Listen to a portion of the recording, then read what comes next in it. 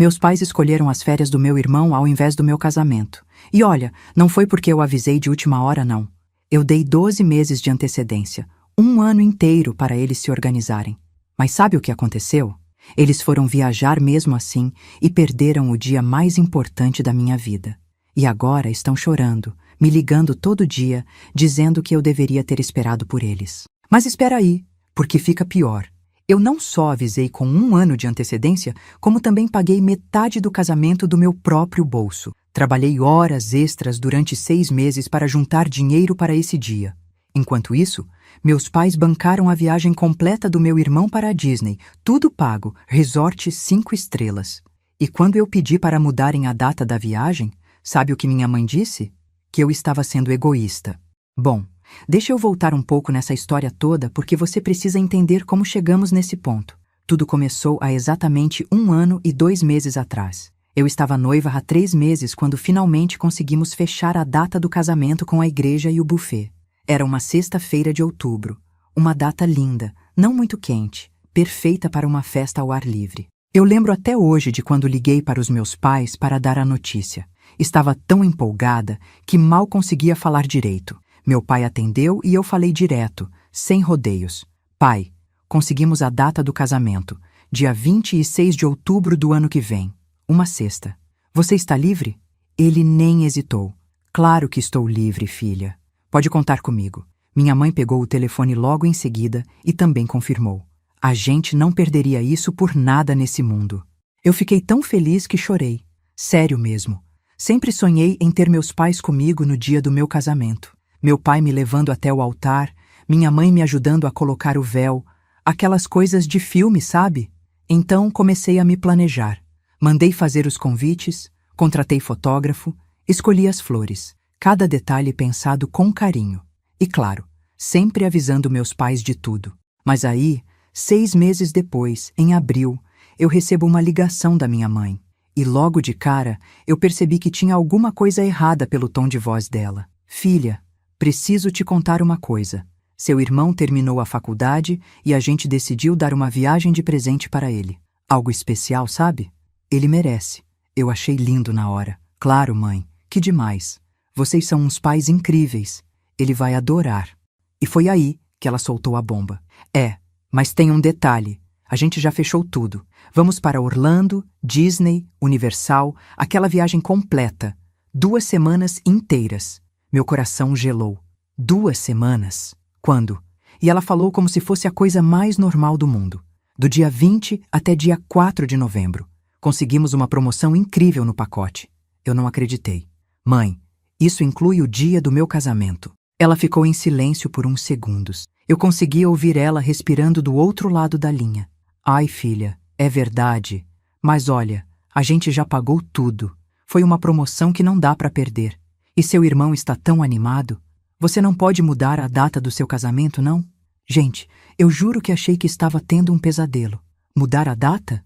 Mudar a data com 6 meses de antecedência e tudo já contratado e pago? Eu tentei manter a calma. Falei devagar, explicando cada coisa. Mãe, não dá para mudar. Eu perco o dinheiro da igreja, do buffet, do fotógrafo. São mais de 30 mil reais só de sinal que eu não vou receber de volta. Fora que todos os convidados já receberam os convites. Já pediram folga no trabalho. Reservaram hotéis. Você não pode remarcar a viagem? Comprar outra passagem para depois? E sabe o que ela disse? Que eu estava exagerando. Exagerando. Essa palavra ficou ecoando na minha cabeça por dias. Como assim eu estava exagerando? Era meu casamento. Uma vez na vida. E eu tinha avisado 1 ano antes. 1 ano inteiro. Mas para ela, a viagem do meu irmão era mais importante. Tentei ligar para o meu pai, achando que ele seria mais compreensivo. Lê do engano. Ele foi até pior. Disse que eu sempre fui a filha problemática, a que criava caso por nada. Foi nesse momento que algo mudou dentro de mim. Sabe quando você percebe que não é prioridade para alguém? Que por mais que você se esforce, sempre vai ter algo ou alguém mais importante? Foi exatamente isso. Eu passei os próximos dias chorando, conversando com meu noivo, sem saber o que fazer. Cancelar o casamento? Adiar e perder todo o dinheiro? Ou seguir em frente sem eles? Meu noivo foi incrível durante tudo isso. Ele segurou minha mão e disse que ia me apoiar em qualquer decisão. Se eu quisesse adiar, a gente adiaria. Se eu quisesse seguir em frente, ele estaria lá comigo. Mas ele também me fez uma pergunta que mudou tudo. Você vai se arrepender mais de casar sem eles ou de não casar nesse dia que você planejou há tanto tempo? E foi aí que eu percebi. Eu ia me arrepender de deixar eles atrapalharem meu sonho. Então eu tomei a decisão mais difícil da minha vida. Liguei para minha mãe e falei firme, sem chorar dessa vez. Mãe, o casamento vai acontecer no dia 26 de outubro como planejado. Vocês estão convidados. Se quiserem ir, ótimo. Se não quiserem, eu vou entender. Mas eu não vou mudar minha data. Ela ficou chocada. Achou que eu estava blefando. Você não faria isso com a gente. Você não casaria sem seus pais. Mas eu faria sim. As semanas seguintes foram as piores. Minha família toda começou a me ligar. Tios, tias, primos.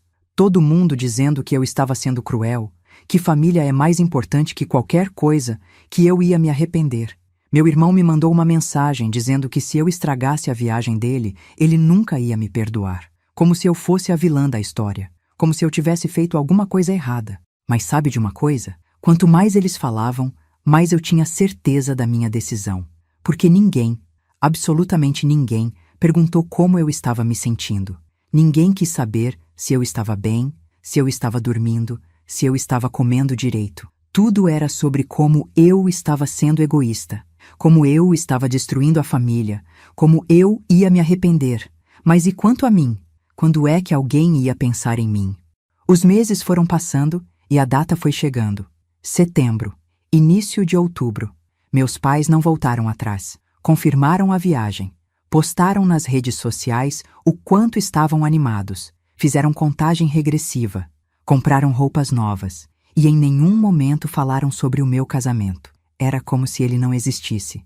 Como se eu não existisse. E isso doeu mais que qualquer coisa. Uma semana antes do casamento, minha mãe me ligou. Achei que finalmente ela ia dizer que tinha mudado de ideia, que ia cancelar a viagem, que ia estar lá comigo. Mas não.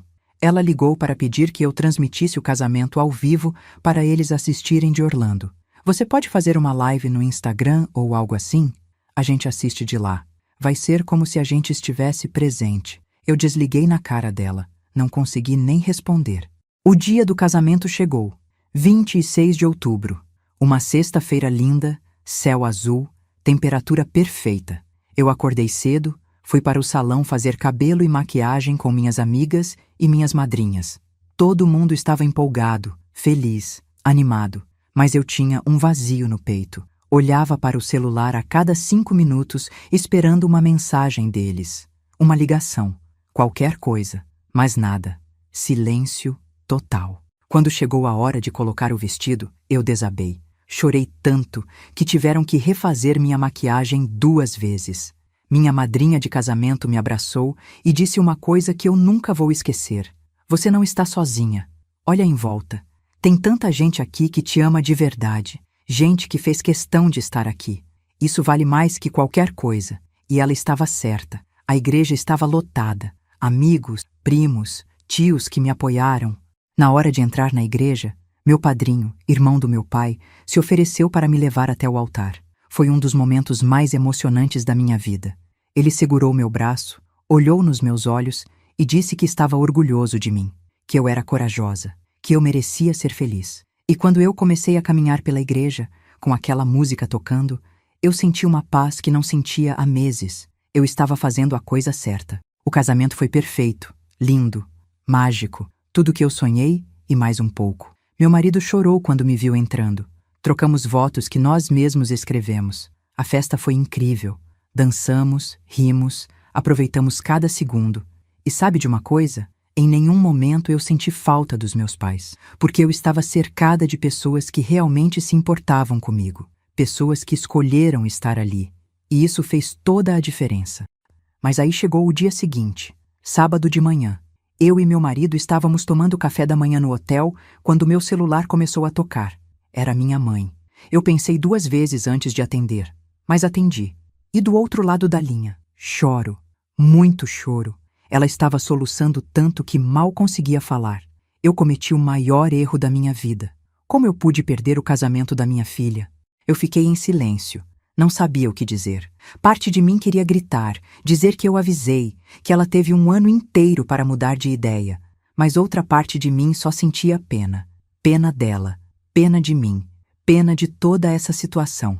Então eu só perguntei: por que você está me ligando agora? E ela disse que tinha visto as fotos que alguns parentes postaram nas redes sociais e que se deu conta do que tinha perdido. Meu pai pegou o telefone logo depois. A voz dele estava embargada também. Ele tentou se explicar. Disse que não imaginou que eu fosse realmente me casar sem eles, que achou que no final eu ia mudar de ideia, que esperava que eu os procurasse de novo. Mas eu não procurei, não ia mesmo, porque eu já tinha feito minha parte. Eu avisei, eu expliquei, eu implorei.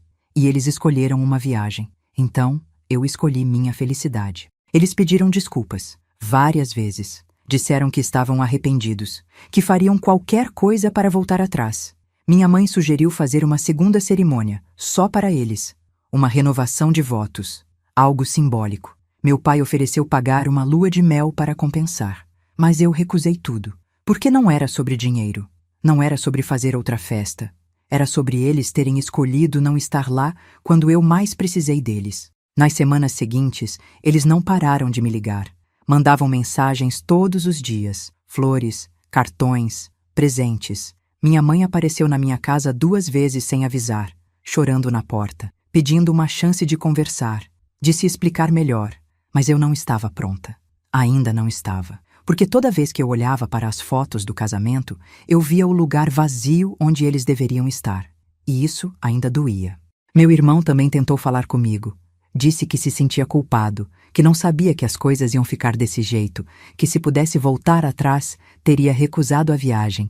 Mas eu não acreditei muito nisso não, porque ele sabia sim, todo mundo sabia, mas escolheram ignorar. Escolheram achar que eu ia ceder, que eu ia ser a boa filha de sempre que coloca todo mundo na frente. Mas eu cansei de ser essa pessoa. Alguns meses depois do casamento, eu finalmente concordei em encontrar com meus pais. Foi num café, em território neutro. A gente conversou por horas. Eles se desculparam de novo.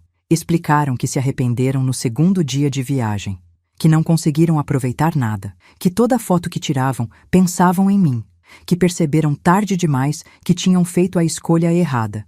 E eu acreditei neles. Mas o estrago já estava feito. Eu disse para eles que precisava de tempo, que não podia simplesmente fingir que nada aconteceu, que a relação que a gente tinha antes não existia mais, e que se eles realmente se importavam comigo, teriam que provar com atitudes, não só com palavras. Minha mãe concordou, meu pai também.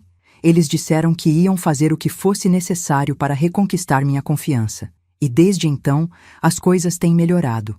Aos poucos, mas melhorado. Hoje, quase um ano depois, eu consigo olhar para trás e ver tudo com mais clareza. Foi a situação mais difícil que já passei na vida.